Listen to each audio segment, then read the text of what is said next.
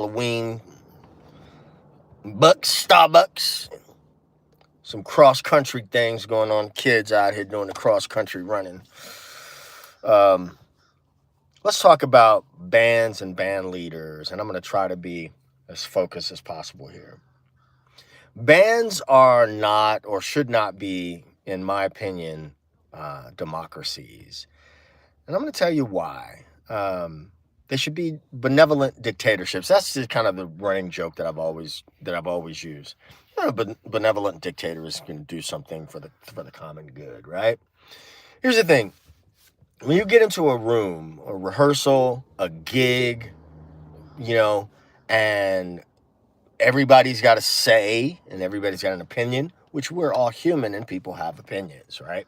But if there's not one person who has the veto power, that is the filter for that situation, chaos is imminent. It is imminent. Now, there are situations in bands where you are a band, and in the true sense of the word, everybody's on the team, everybody has input. That's a different kind of a situation, right? But again, in my world, and I've been a sideman a long time, and I've been a band leader as well. There's like, I'll give you a scenario, right? And this happens, I want to be judicious with my words, but this happens with musicians that come out of the church a lot. In my experience, and nothing I say is ever to insult or, it's an observation, man. It's an observation. So let's say 8 out of 10 times when I've been in a situation where the keyboard or the player is from the church, somehow they will insert themselves as sort of like the de facto leader. People will go to them and look to them for things, and it's like, well, actually the bass player is the MD, or the drummer is the MD, or the singer's got it all under control. You know what I mean? But they'll do their, okay, you ain't got to keep backing up. You ain't got to keep backing up like that. So anyway, too many cooks in the kitchen. You know what I'm talking about, right?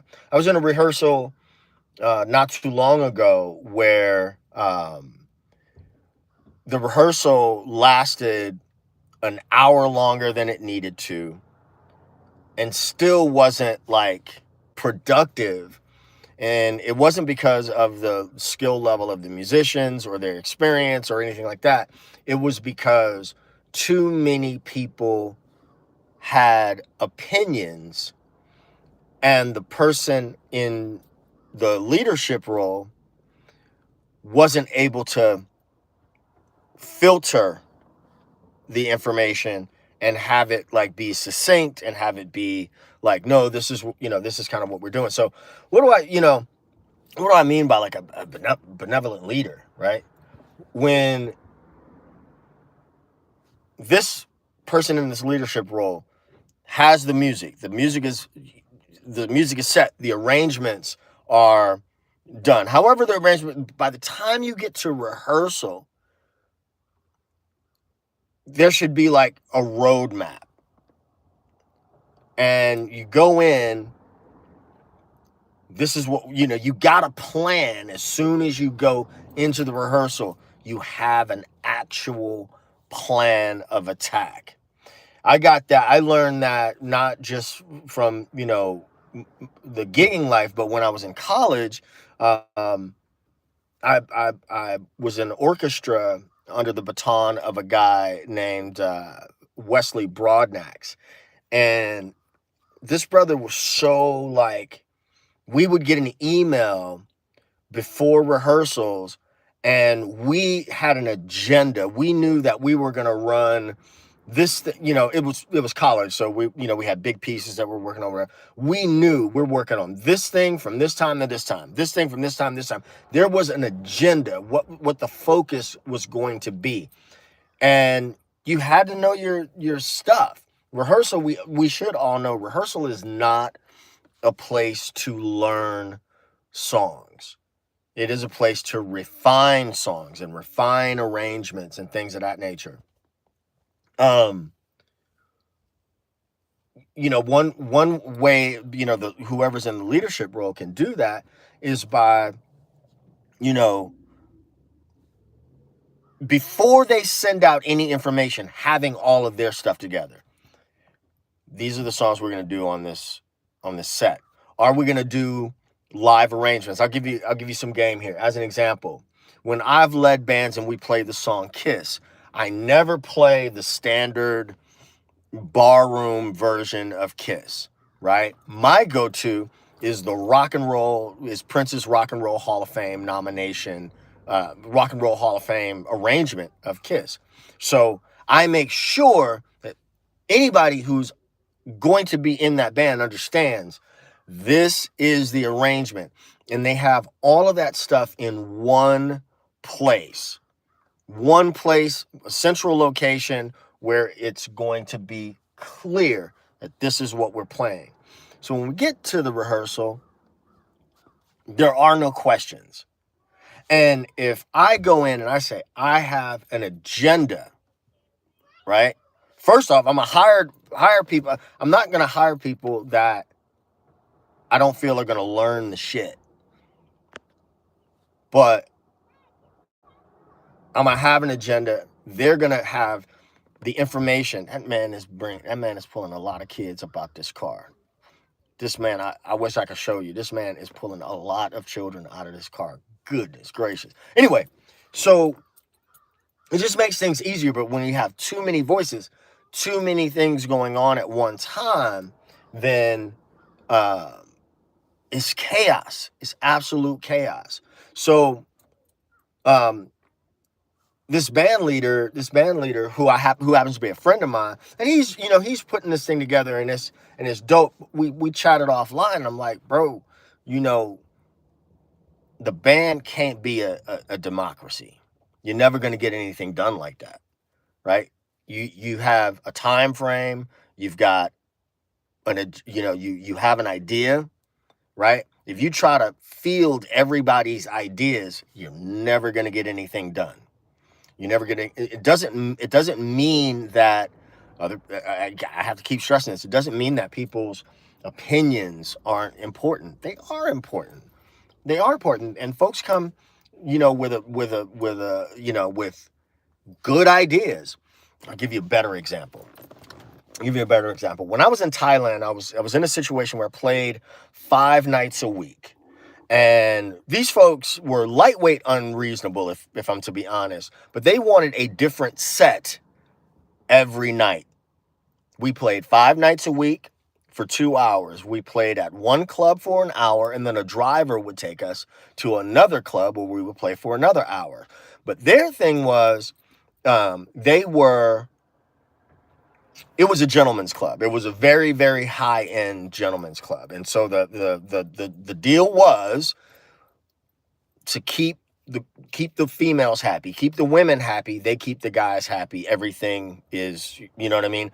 But they were like, listen, the sets need to start at a certain BPM.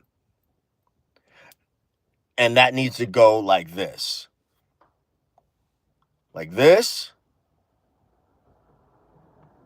Like that. That's what they wanted. It was almost scientific how they wanted it. And the deal was, we don't care how you get there. We don't care what songs you play to do that. But to take a phrase from Prince, this band is an endorphin machine, right? So that means me as the MD, I can only take so many requests and ideas from other people, because the job is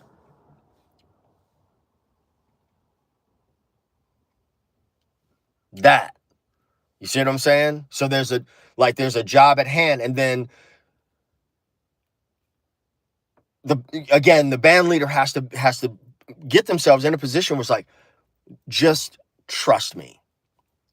Trust me, and we're gonna take this thing to the promised land. Also, keeping in mind gigs, there's understanding the function of different gigs. Every gig is not a vocal showcase. Every gig is not a showcase for your original music. Some gigs are like playing a shift at Walmart, like these Bourbon Street gigs. I alluded to that last night. You playing a shift at Walmart. Part-time job. A part-time job. You go there, you make $30 an hour or whatever it is, right?